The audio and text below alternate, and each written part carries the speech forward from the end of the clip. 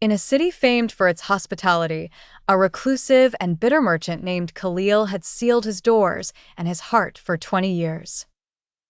But when a violent sandstorm stranded a desperate caravan at his gates, a single, forgotten verse from his childhood would compel him to do the unthinkable: turn the heavy key.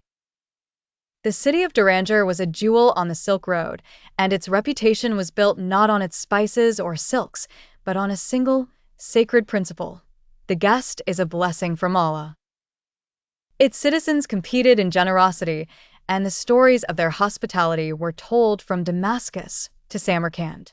Doors were never locked, and a stranger's knock was met with a feast, not fear. All except for one. On the city's highest hill stood the mansion of Khalil, a merchant who had once been the most generous of them all. But 2 decades passed. A trusted business partner, whom he had hosted as a guest for a month, had vanished with his entire fortune, leaving him in ruin and disgrace. That betrayal had curdled Khalil's heart. He had rebuilt his wealth through isolated, ruthless trade, and in doing so, he had walled himself off. His great, iron-banded door remained shut, his windows shuttered. He became Khalil the Closed, a living blasphemy against the city's soul. The city's elders had tried to reason with him. Khalil, they would say, do not let one man's betrayal close your door to the blessings of 1,000 others. The guest comes with sustenance from Allah. His reply was always the same, sharp and final. The only thing a guest brings is a lesson, and I have learned mine. One evening, a savage Khamsin wind, a sandstorm of rare fury, descended upon Daranger. The world turned into a roaring ochre hell. As the citizens secured their homes, a caravan of travelers caught on the open road was driven towards the city by the gale.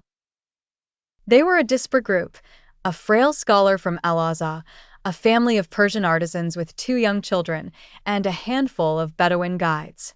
They were desperate, their camels panicked, their supplies lost to the storm. They stumbled through the blinding sand, pounding on doors, but the storm was too fierce for anyone to hear them.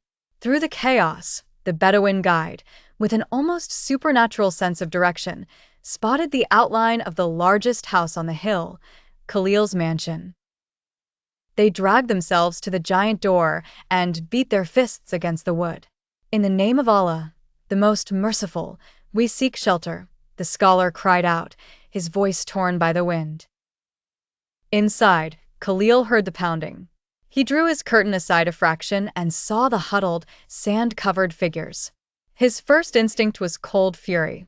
How dare they come here? To his sanctuary? He turned away, determined to wait them out. But as he stood in his dark, silent hall, a memory, long buried, surfaced. It was his mother's voice, soft and firm, reciting the story of Prophet Ibrahim. And his wife said, "A noble guest has come to us." Quran 51:24-27.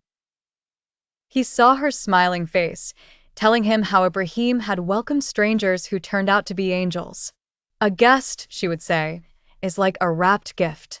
You do not know what blessing lies inside. To turn them away is to reject a gift from Allah himself. The wind howled, and with it, he heard the distinct cry of a child. The sound pierced the armor around his heart.